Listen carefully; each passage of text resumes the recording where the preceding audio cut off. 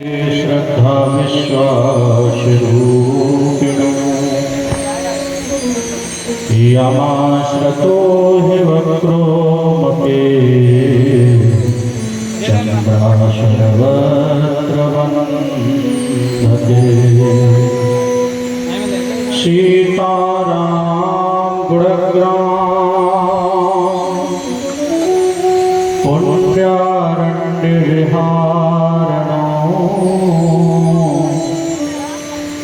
वंदे विशुद्ध विज्ञानो कवीश्वर कपीश्वर अतुलित बलधामं है विशैलावदेहम्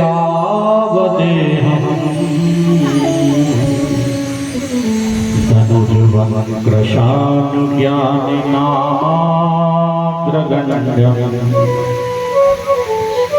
सकल गुण निधानम वारणाधीशम रघुपते प्रिय भक्तम पातुजातम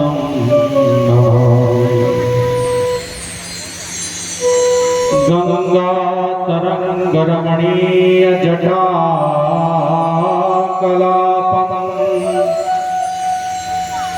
गौरी निरंतर विभूषित भागम नारायण प्रियमनंग मदापहारम वाराणसी पुरपतिं भज विश्वनाथम् माता रामो मत्पिता रामचंद्रा स्वामी रामो मत्सखा रामचंद्रा सर्वस्व मे रामचंद्रो दयालो नाना जाने दैव जाने न जाने कस्तूरी तिलकं ललाटपटले वक्षस्थले कौस्तुभम् नासाग्रे वरमोक्तुकं करतले वेणुकरे कंकणम् शरवाङ्गे हरचन्दनं सुललितं कण्ठे च मुक्तावली गोपस्त्री परिवेष्टितो विजयते गोपालचूड़ा कथा प्रारंभ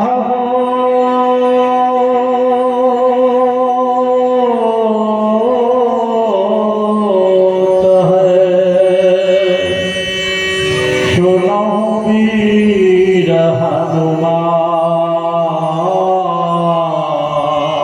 हनुमान प्रेम सहित गति धरो करहु सदा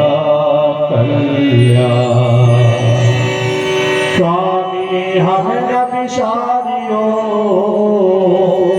चाहे लाख संग मिल जाए प्रभु हमसे तुमको बहुत है पर तुमसे हमको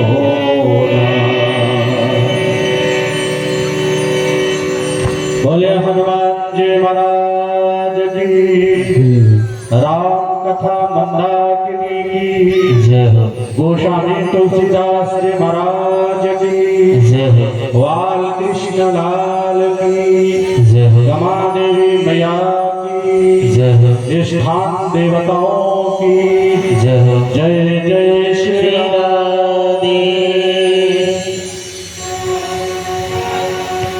परम पूज्य प्रातः स्मरणीय भक्तवांछित कल्पतरु जिस प्रभु परमात्मा की सत्ता सारे जगत में व्याप्त है ऐसे भगवान श्री राघवेंद्र सरकार की पावन दिव्य कृपा के द्वारा जिस धरती का सौंदर्य हिमालय की पवित्र चट्टानों ने किया है जिस धरती को सागर ने एक नई गहराई पहचान दी है, जिस धरा को पर्वतों ने एक नई पहचान दी है, जहां मेरे प्रभु श्री राम चल करके आए, मेरे प्रभु श्री कृष्ण चल करके आए, ऐसे ही पवित्र मिट्टी उत्तर प्रदेश। उत्तर प्रदेश की कोख में बसा हुआ मंडल आगरा, आगरा मंडल की पवित्र भूमि, जनपद एटा, और एटा को पूर्णता की तरफ लेकर के चलने वाला इसका अभिन्न गांव मिश्री, जहां हो रही ये राम कथा ज्ञान यज्ञ ज्ञान गंगा, जिसकी आयोजिका माता गमा देवी और उनके पवित्र आनंद, उनके ही भक्तों के द्वारा, उनके लाल के द्वारा, उन भगवती की कृपा इस गांव की जनता के ऊपर हुई, तो उन्हीं के आनंद में ये राम कथा 9 दिवसीय प्रवाहित है, जिसका तृतीय दिवस मुख्य परिचित के रूप में विराजित सतीश चंद्र मिश्रा जी उनकी सभार्या, और इस आयोजन को सफल बनाने में अपने जीवन की सात्विक कमाई को निकाल करके और इस आयोजन को भव्य बनाने के लिए इस गांव के सभी जन, मंच पर उपस्थित संगीतज्ञ बंधुओं, आचार्य मंडल, आप सभी के श्री विग्रह में हम अपने राधा माधव सरकार को निहारते हुए आप सभी की आस्था और भावना को एक बार नहीं, एक करोड़ों बार नमित देते हुए, कथा हमें सुख देती है। कथा वह देती है जो दुनिया में कोई नहीं दे सकता। आओ ऐसी कथा से जुड़े।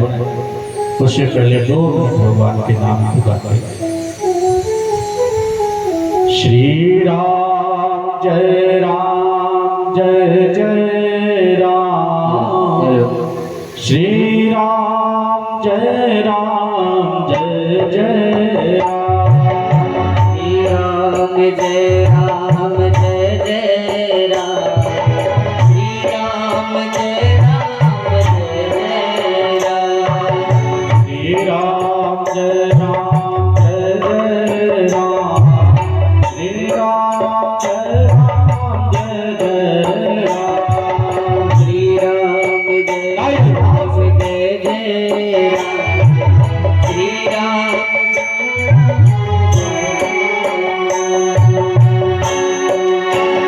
राम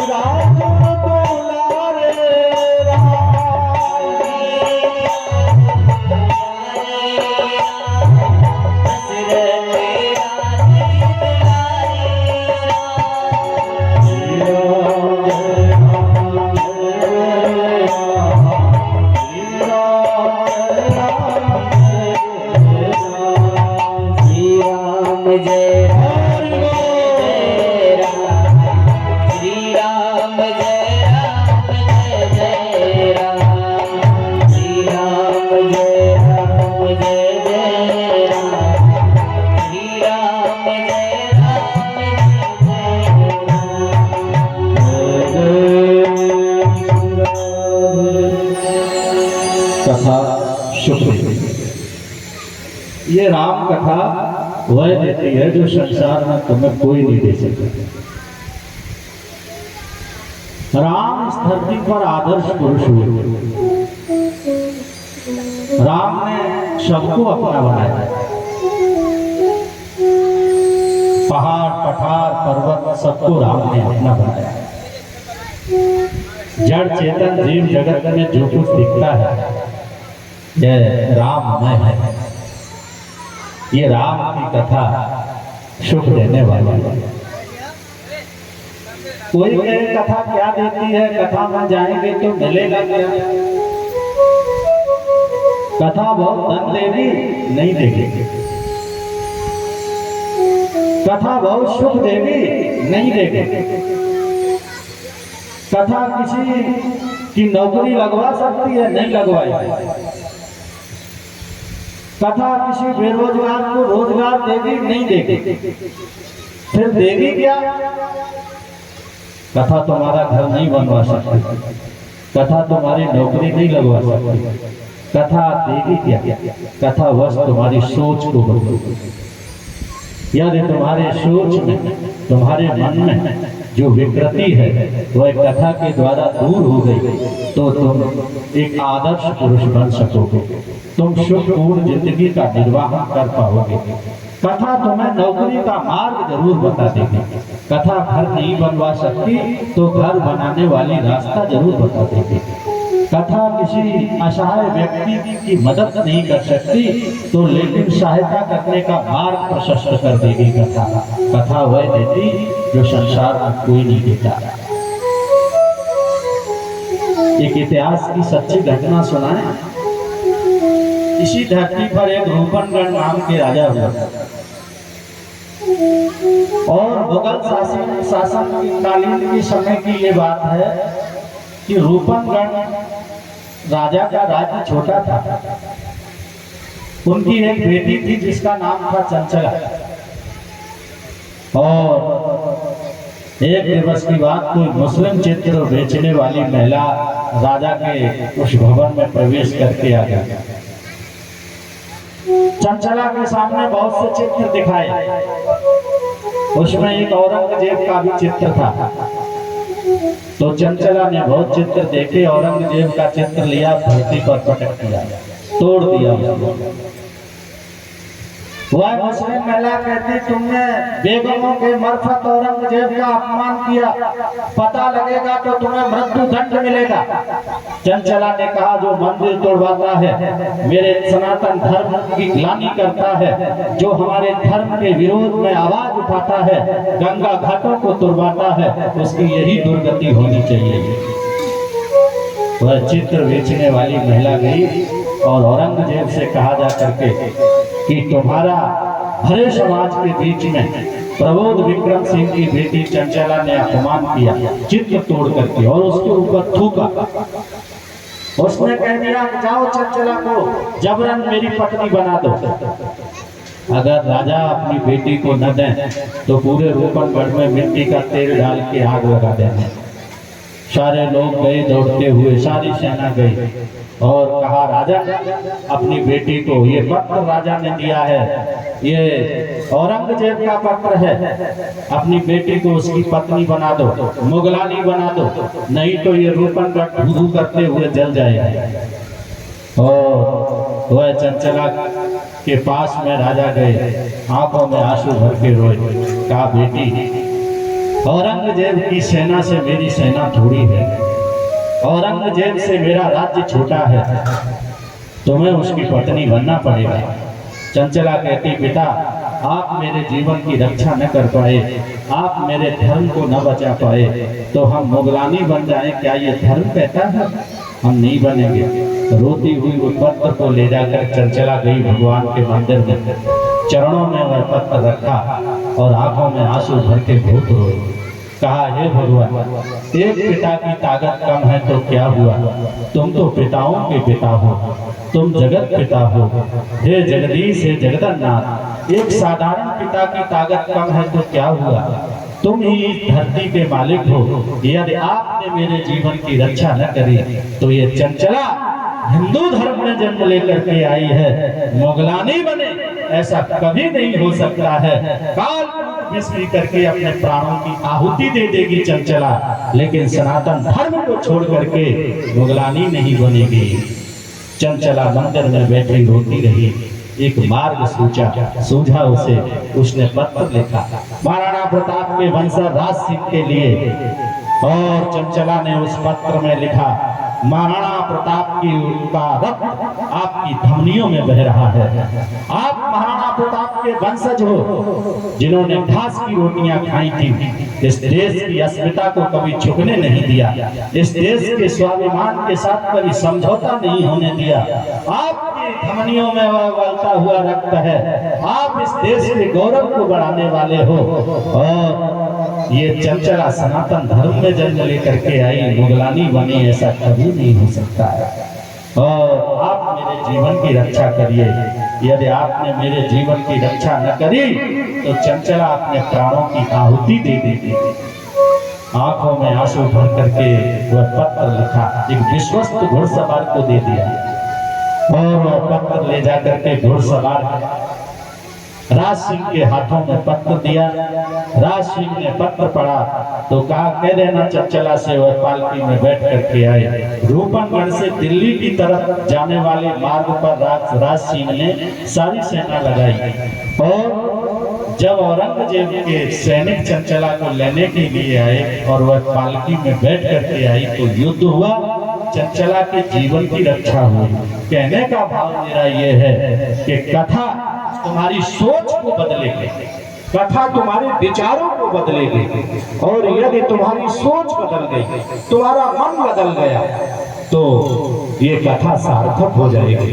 कथा हो देती, सच मानिए, कभी 70-80 साल के लोगों के पास में जब वह अंतिम श्वास में गिर रहे हो तो बैठ करके पूछना, अपने जीवन का अनुभव बताओ, आपने जिंदगी जी है 80 साल या 70 वर्ष की, तो आपने इस संसार में क्या देखा, क्या है यहाँ? कभी उनका पका हुआ ज्ञान लेना जो आपके काम आएगा, कभी वृद्धों का आदर करके इनसे पूछना, आपने अपने जीवन में जो जिया है कुछ अपना अनुभव बताया, तो यही आवाज आएगी। इस संसार में किए कराए कर्मों का फल सब प्राणी भोगते हैं। अंतिम समय वही रील चलती है जो व्यक्ति जीवन भर करता रहा है। अंतमति सोया गति, बचोगे कोई नहीं बचा। भागवत की कथा में जो भरत जी सब कुछ छोड़ करके आए और एक मृग में आसक्त हुए, राजा थे, राजपाट सब छोड़ आए, लेकिन मृग में जब आसक्त हुए तो अंतमति सोया गए, मृग बन गए। और कल आप लोगों ने ये कथा में बहुत कुछ सुना था, इतना सुना कि बोले सती ने प्राणों का परित्याग कर दिया। सती ने जब प्राणों का परित्याग किया तो उनके मन में एक ही इच्छा थी, वह इच्छा केवल यही थी कि जब जब इस धरती पे मैं मरूं और जन्म लूं, मुझे इस धरती पर आने का सौभाग्य मिले, तो बस हम शंकर की पत्नी ही बने और कोई नहीं। और यही कहते हुए सती ने अपने प्राणों का परित्याग कर दिया। पुराणाकार वर्णन करते हैं, संत गोस्वामी तुलसीदास जी कहते, सती मरण हरिशन वर मांगा, जन्म जन्म शिव पद अनुरागा। सती ने जब प्राणों को छोड़ा तो केवल यही कहा, हे महादेव, जब तक इस धरती पर हमें जब जब जन्म लेने का सौभाग्य मिले तब तक आपकी पत्नी हो गई। प्यारो अंतमति सोया गया, अंतिम समय जो सोचोगे, जैसा सोचोगे वही होगा। इसलिए मन को अच्छा रखो, विचारों को अच्छा रखो, विचारों की पवित्रता तुम्हारे जीवन में रहेगी तो प्यारो सब कुछ अच्छा होगा। और विचार ही पवित्र नहीं होंगे तो फिर क्या कर पाओगे? कुछ नहीं। इसलिए भगवान को याद करके चलो, नहीं तो फिर पता नहीं जीवन कब निकल जाए, कुछ पता नहीं, कब किसकी घंटी बज जाए कुछ पता नहीं। इसलिए भगवान का चिंतन करते रहो हर क्षण। सब उम्र गुजर गई धोखे में, परिणाम न जाने क्या होगा।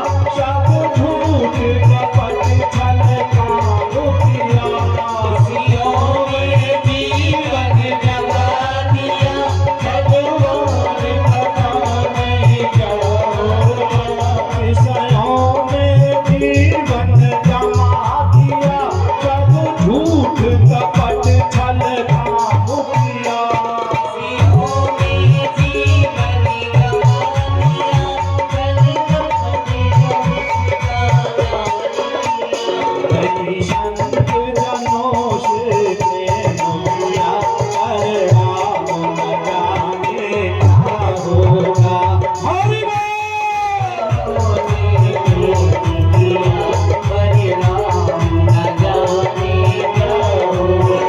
सब उम्र बीत गई धोखे में, पर राम न जाने क्या होगा। जब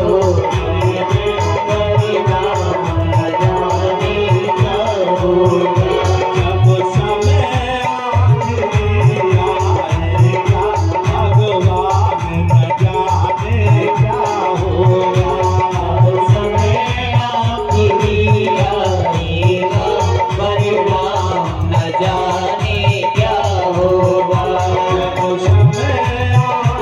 समय आखिरी आएगा, भगवान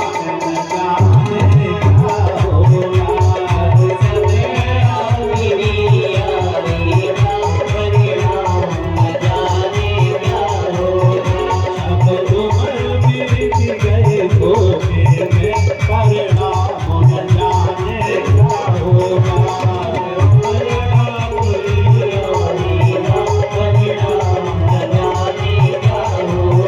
जब समय आखिरी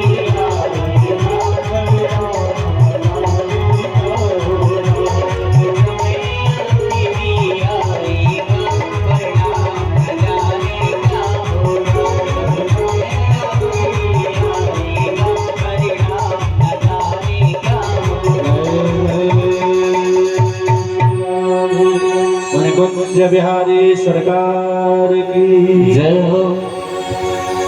जब समय आखिरी आएगा, भगवान न जाने क्या होगा। इसलिए वह व्यवस्था करके चलो जहाँ सबको जाना है। सती मरण हरिशन बर मांगा, जन्म जन्म शिव पग अनुरागा। यदि धरती पर जन्म लेने का सौभाग्य हमें प्राप्त हो तो केवल शंकर की अर्धांगिनी बने, शंकर की पत्नी बने, और हमें कुछ न चाहिए। और यही कहते हुए सती जी ने प्राणों का परित्याग कर दिया। अंतिम इच्छा थी, और सच मानिए अंतिम समय फिर तिजोरी की चाबी न बताओ। अब जो हो गया वो हो गया। अब तो राम राम जपो, बस इसी में भलाई है। न देखो कहाँ क्या रखा है। संसार में जितने आसक्त हो जाओगे, यही आपके पतन का कारण हो जाएगा।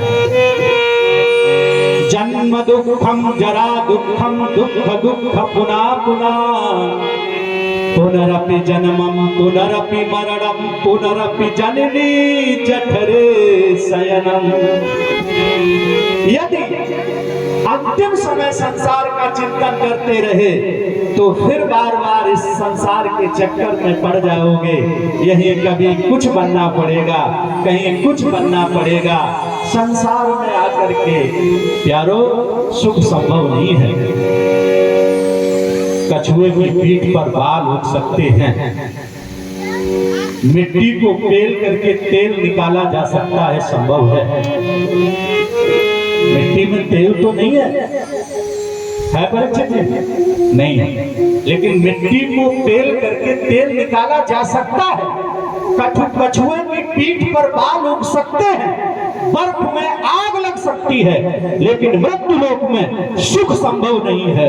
ये कभी कदाचित हो ही नहीं सकता है कि हाँ सुख मिले। हाँ कहाँ सुख है? जिनसे तुम सुख चाहते हो वही तुम्हें दुखी करेगा। एक मकान बना पंडित जी, एक और बन जाए। बेटा की व्यवस्था हो गई, नाती की और पूरी हो जाए। नाती की भी हो गई, चारपाई पर है, कंठ अवरुद्ध हो रहा, महाराज जी एक इच्छा है विवाह और हो जाता। अरे तुम्हारी इच्छा हो ना हो, लेकिन जिसने तुम्हें यहाँ भेजा है, जिसने नाती को भेजा है, जिसने बेटा को भेजा है, जिसने इतनी सारी व्यवस्थाएं स्वतः करके चले गए, उसके ऊपर भी तो भरोसा करो जिसने सब दिया है ना। जो किया हमने किया, और यही कारण है ऐसे लोग बहुत दुखी हो जाते हैं जो मेरा मेरा करते करते संसार में भटकते रहते। ये हमने किया, ये हमने किया, ये ऐसा हमने कर दिया ना, भगवान ने दिया। उसको अपना बना के देखो जिसने सबको दिया। अंतिम इच्छा केवल एक ही हो, ठाकुर जी के यहाँ जाना है, भगवान के यहाँ जाना, परिजनों में न फंसो। दत्तात्रेय जी महाराज ने भागवत जी में मकड़ी को गुरु बनाया। शिक्षा क्या ली? शिक्षा यही ली कि मकड़ी जो अपने मुंह से जाल बुनाती है और एक दिन उसी में टांग फंसा के मर जाती है, और यही गति मनुष्य की होती है। बेटा बेटियों के लिए करते करते आसक्त हो जाता और फिर उन्हीं में फंस करके एक दिन ये मर जाता है। इसकी आशाएं सारी निराशाजनक होने लगती, इसकी इच्छाएं निराशा में परिणित होने लगती और इसे दुख होने लगता। अंततोगत्वा ये शरीर छोड़ देता है। प्यारो, ये राम कथा कहती है कि जीवन मिला तो इस जीवन को परमात्मा के लिए जी करके देखो। शरीर सती ने प्राणों को छोड़ा तो एक ही इच्छा थी कि महादेव का अपमान हुआ, और जहां महादेव का अपमान है वहां ये सती कभी रह नहीं सकती। शिव कल्याण है, शिव विश्वास है, शिव अजन्मा है, शिव जगदम्ब नारायण है, और जहां शिव का अपमान है तो वहां सती कैसे रुकेगी। प्राणों को छोड़ा तो एक ही इच्छा थी कि महादेव के चरणों की अर्धांगिनी बने। पुराणाकार वर्णन करते हैं कि प्रभु प्रेमी जनों, गोस्वामी तुलसीदास जी कहते अपने ग्रंथ में, यह इतिहास सकल जग जानी, ताके हम संक्षेप बखानी। ये सती जी का पावन चरित्र सारा संसार जानता है, जग विदित है सती की कथा, इसलिए हमने संक्षेप में रखने का प्रयास किया है। और आगे गोस्वामी जी की कलम चली है, तेरी कारण ही मुगरी कह जाई, जननी पार्वती तन पाई। क्यों?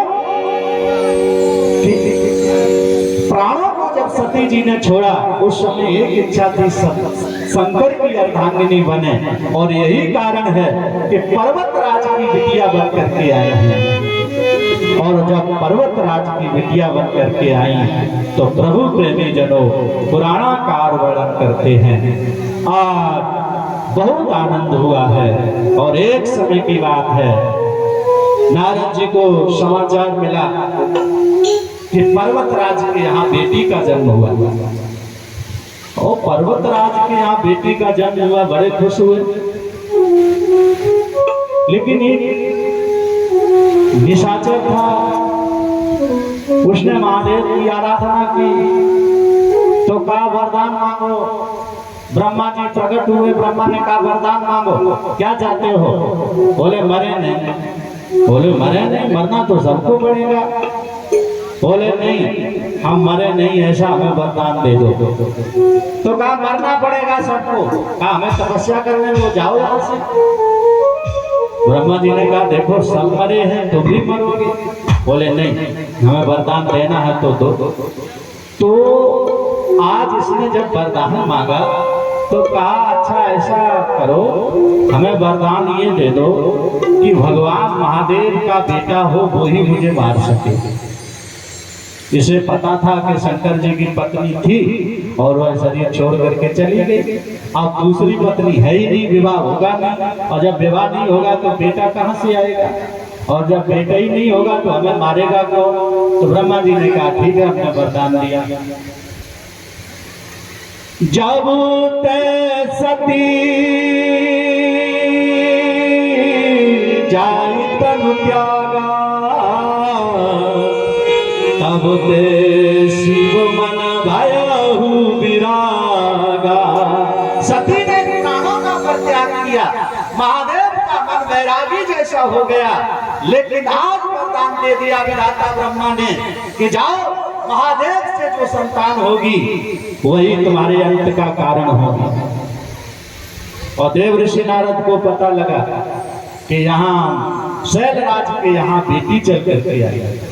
बड़े खुश हुए प्यारो, बड़े आनंद से बहुत खुश हुए। और सच मानिए एक बात बताएं, बेटा जन्म लेता है तो माताएं 5 दिन ढोलक बजाती हैं, और जब कहीं बेटी जन्म ले ले तो फिर मानो ऐसे गाल फूल जाते हैं। बजाती है ढोलक? नहीं बजाती। बेटी जन्म ले तो ढोलक कम से कम 6 महीने बजना चाहिए। बात कुछ कम कर ले करिए। बेटा ने जन्म लिया आपका भाग्य है, लेकिन बेटी जन्म लेकर के आई ये आपका सौभाग्य है। बेटी सबके कुल में नहीं आती, सबके घर में नहीं आती। बेटी भाग्यशालियों के यहाँ आती है, जिनके बड़े भाग्य हैं। बेटी जितना त्याग इस धरती पर कौन कर सकता है। बेटी की प्रभु प्रेमी जनों 3 अवस्थाएं हैं जिसे कन्या कहा गया है। कनिदीप्तो, जो बेटी की 3 कुल, 3 नाम, 3 रूप, 3 परिवार, 3 अवस्थाएं, 3 संज्ञाएं और 3 वंशों का पालन करती है और 3 को यश प्रदान करती है, इसे बेटी कहते हैं। इसको कन्या कहते हैं, जो 3 कुलों का पोषण करती है, जिसके 3 रूप हैं, जिसके 3 नाम हैं। और गोस्वामी जी ने स्पष्ट किया अपने ग्रंथ के अंदर, जय जय गिरवर राज किशोरी, जय महेश मुख चंद्र चकोरी, जय गजवदन भड़ानन माता, जगत जनमिदामिनी दुति गाता। इसके 3 बेटी के 3 स्वरूप जन्म लेकर तो ये किसी की बेटी है, और जब ये युवान हुई तो किसी की पत्नी है, और जब विवाह हुआ और फिर इसने किसी संतान को जन्म दिया तो किसी की माँ है। इसके 3 गुण, 3 रूप हैं, 3 स्वरूप में बेटी है। बेटी 3 गुणों को धारण करती है, 3 को यश प्रदान करती है। जब घर में है तो पिता को, ससुराल गई तो पति को, और किसी बेटा की माँ बनी तो पुत्र को। ये किसकी माँ है? ये फलाने की माँ है। ये किसकी भार्या है? ये उसकी पत्नी है। ये बेटी है जिसके जीवन का त्याग देखो, जिसके जीवन की तपस्या देखो, जो 3 कुलों का तारण करती है। बेटा 1 कुल का तारण करता है। धन्य है ऐसी बेटी को।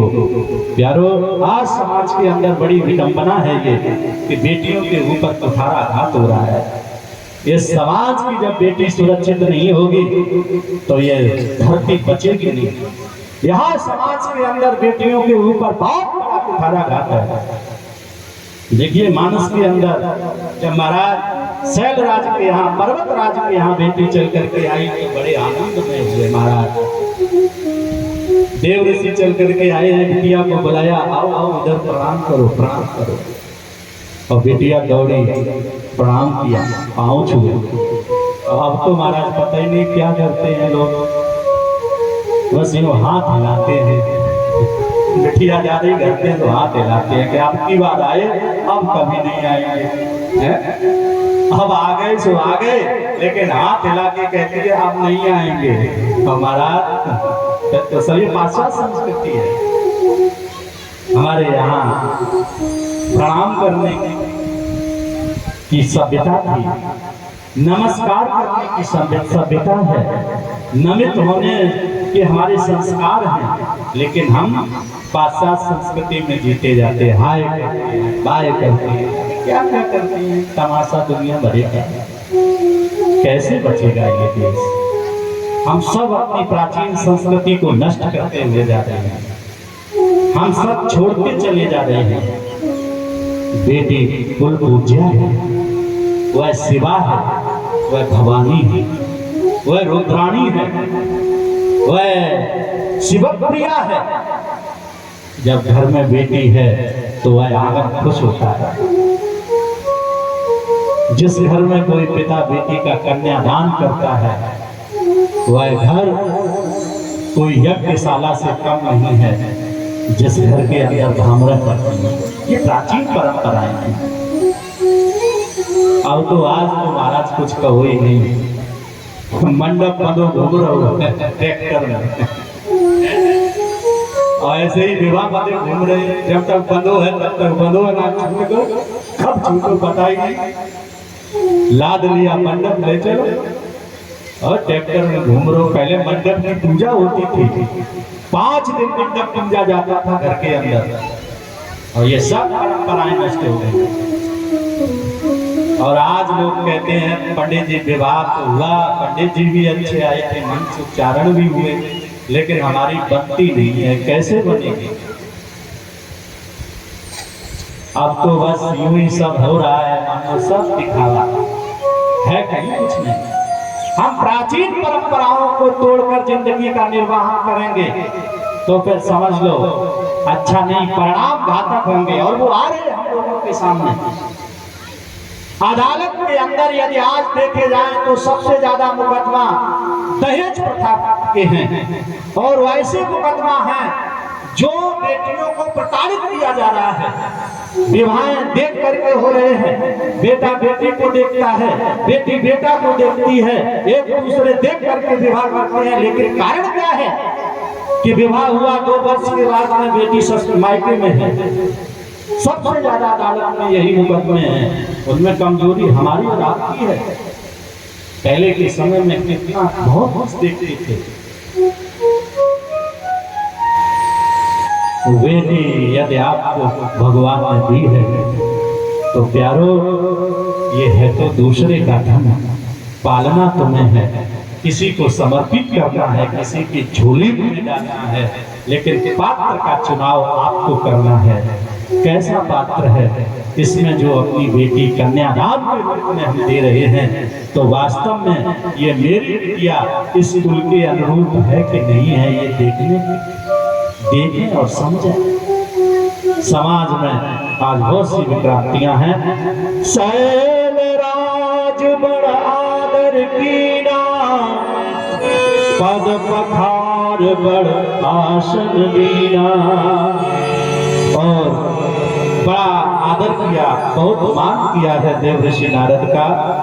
और माता जी लोगों में एक बहुत बड़ी बात होती है, और कहीं बेटा बेटी घर में आ जाए और जब हम पंडित जी लोग जाते हैं घरों में तो माता जी बस यही कहती हैं, पंडित जी हमारे यहाँ जो संतान चल के आई है तो उसमें बताओ उसके गुण दोष कुछ। बेटिया है तो इसको भर कैसे? अच्छा, और ये माता जी लोगों में ये ऐसा गुण न हो तो हम लोगों की दुकान चले कैसे? यही तो चलवाती है। जब तुम लोग घर से बाहर हो जाते हो तभी हम लोग घरों के अंदर जाते हैं। पता नहीं क्या क्या होता है। अब तो समाज में जाने ऐसे लोग घूमने लगे कि सोना लाओ दुगना हो जाएगा, चांदी लाओ 4 गुनी हो जाएगी। पता नहीं लोग क्या क्या करते हैं। घरों में घुस जाते, सोना चांदी दुगना कर देते। और आज कहीं हम देख रहे हैं आजकल सोशल मीडिया पर कि बेलपत्र उल्टा चढ़ाओ ये होगा, तिरछा चढ़ाओ ये होगा, ऐसा करो ये होगा, वैसा करो ये होगा। इतना आडंबरवाद फैलाया जा रहा है। यदि समाज में बचा, समाज में हमारी आस्था का खिलवाड़ हो रहा है। और कहीं हमने देखा कोई कह रहे थे कि तुमने समोसा खाया, बोले नहीं खाया, कि जाओ पछाई गांव से खरीदो और फिर उसको स्टेशन पर बैठ करके खाओ। बोले वहां नहीं खाना, कहाँ खाना? कि रेल की पटरी पर बैठ करके खाना, कृपा आ जाएगी, कृपा आ जाएगी तो ऊपर चला जाएगा। ये पता नहीं कितना आडंबर फैलाया जा रहा है, क्या क्या हो रहा है समाज के अंदर। ये सब इतना मिथ्यावाद, इतना आक्रांत हमारे समाज के अंदर है, संभलने की आवश्यकता है। जाने कितने कालने भगवा वस्त्रों में छिपे हुए हैं, पहचानने की आवश्यकता है। कौन हमें मार्ग पर ले जा रहा है, कौन हमें पतन की कगार पर ले जा रहा है, ये समझने की आवश्यकता है। पुराणाकार वर्णन करते हैं कि आज माता मैना आई और पांव छू करके बोली कि मेरी बिटिया के कुछ गुण दोष। बहुत खुश हुए, इतना खुश, बहुत खुश। त्रकालक की सर्वज्ञ तुम, गत सर्वत्र तुम्हार, कहूँ सुता के दोष गुण, मुनिवर हृदय विचार। कुछ मेरी बिटिया के गुण दोष बताओ, कैसी होगी मेरी बिटिया, बताओ कुछ। सुंदर सहज सुशील सयानी,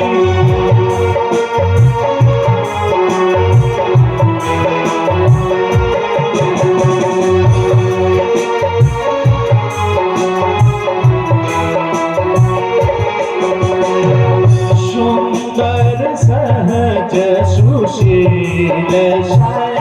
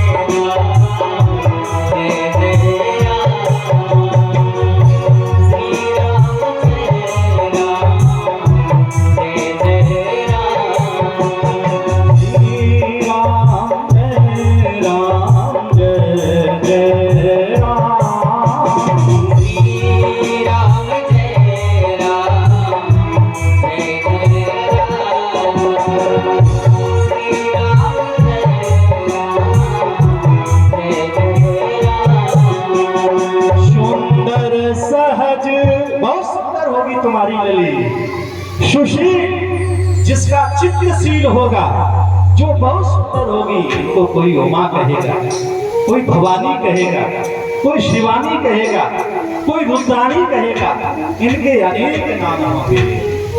कोई इन्हें दुर्गा कहेगा, इनके अनेक नाम होंगे। बड़ी सुंदर तुम्हारी बिटिया है।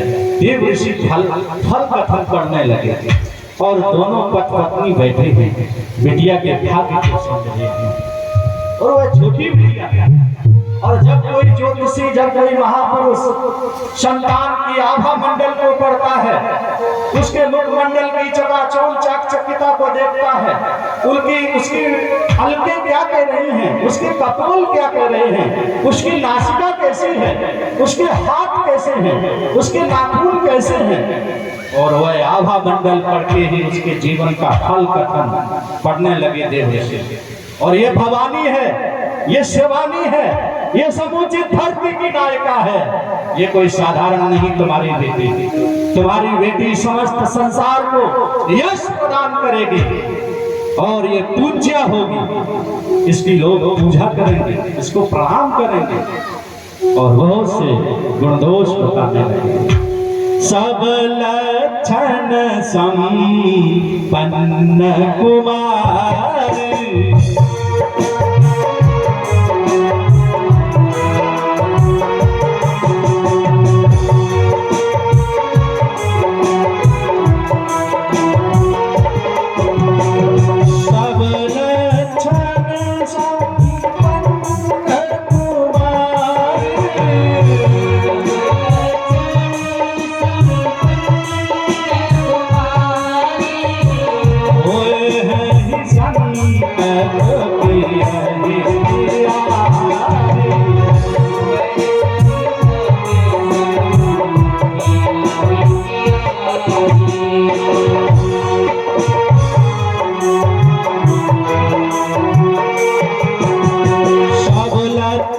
संपन्न कुमार, होए ही संतत पियहि प्यारी।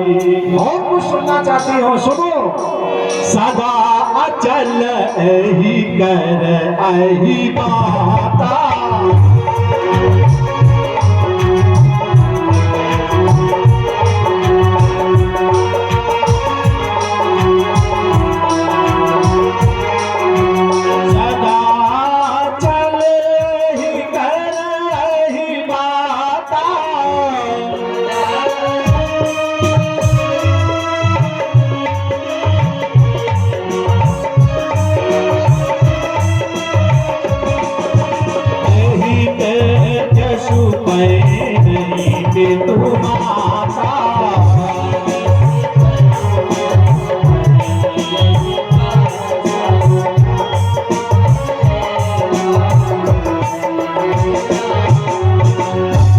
सदा अचल।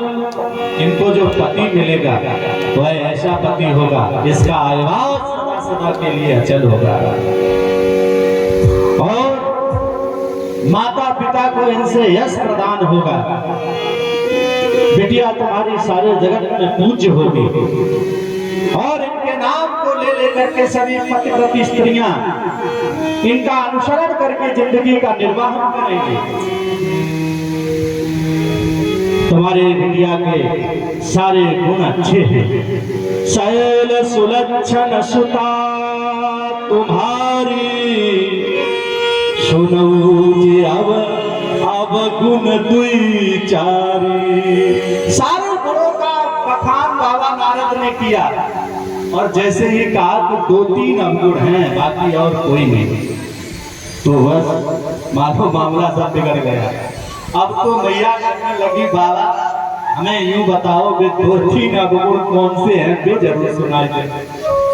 बोले कि कुछ नहीं, वो थोड़े ही है मामूली से। कहा कि नहीं बाबा बताओ। कहा ना सुनो, उन्हें ना सुनो, बस अच्छी है बेटी तुम्हारी, पति परायण होगी, इसका आवाज सदा अचल होगा, इसके नाम से लोग इसकी पूजा करेंगे। और जैसे ही कहा कि 2-4 अवगुण होंगे, कहा नहीं बाबा। अच्छा अम्मा लोगों में ये होती है ना कि पंडित ये बात जरूर बता दो, जो आपने छिपा ली है कुछ, ये बताओ ये कुछ गड़बड़ है कि है क्या? तो अच्छा ना बताओ तो जबरदस्ती पूछेंगे, बता दो पंडित जी बता दो। अच्छा बता दो तो हम उसका कुछ निदान विदान कराएंगे। तो हम लोगों की दुकानें तो यही लोग चलवाते हैं। अच्छा ना हो, अगर माताएं ना हो तो भक्ति मार्ग मुक्त हो जाएगा। भक्ति सदैव माताओं के हृदय में वास करती है।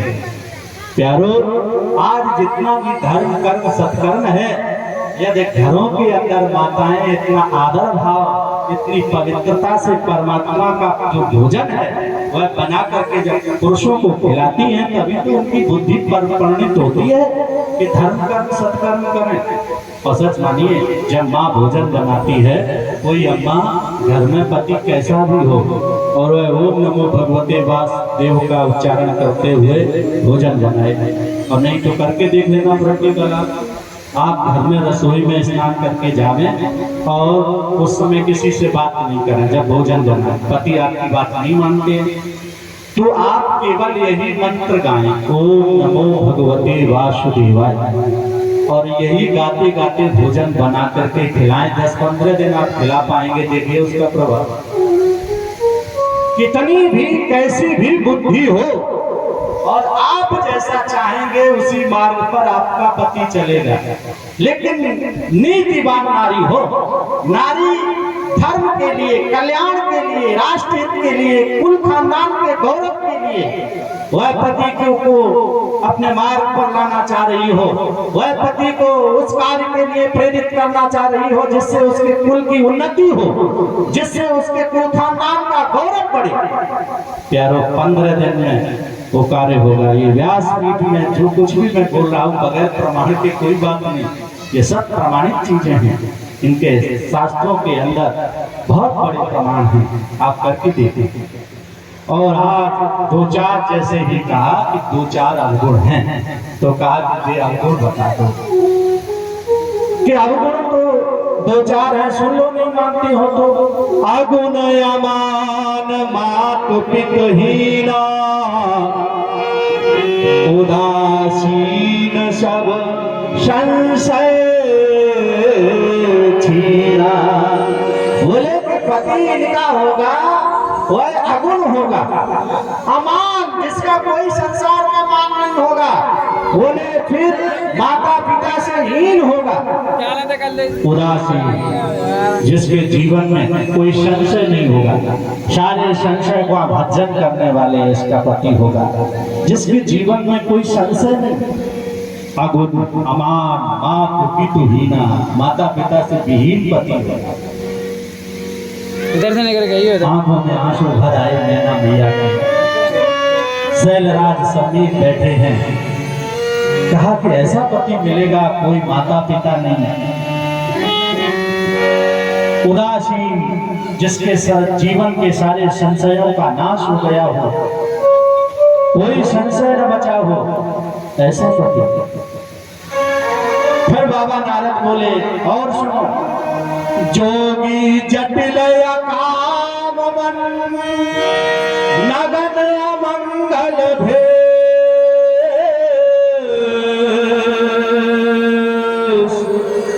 अस स्वामी यही काम मिले, परिहस्त असरे। का भैया ये तुम्हारी बिटिया के हाथ में लिखा है कि जोगी पति होगा, जटिल होगा, उसको समझने वाला कोई नहीं होगा। जोगी जटिल अकाम मन, जिसके मन में कोई वासना नहीं होगी, काम विजयी होगा। नग्न अमंगल भेष, नग्न अवस्था में रहने वाला होगा, अमंगल भेषधारी होगा। नग्न अमंगल भेष अस स्वामी यही काम मिले, परिहस्त असरे। ऐसा पति होगा जो जटिल होगा, समझने वाला कोई नहीं, नंगा जोगी होगा, बैरागी होगा।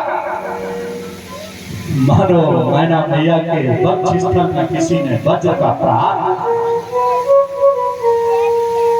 कौन ऐसे व्यक्ति को अपनी बिटिया देगा जो जोगी होगा। एक शैलराज, पर्वतराज, पर्वतों के राजा, और उनकी बेटी का ऐसा भाग्य जो जोगी होगा, जटिल अकाम मन, नग्न मंगल भेष, मंगल भेषधारी, जो चिताओं की भभूति को लपेटने वाला होगा। और आंखों में आंसू भर के बहुत रो, सुने मुनि गिरा सत्य जिया जानी, माहर सानी।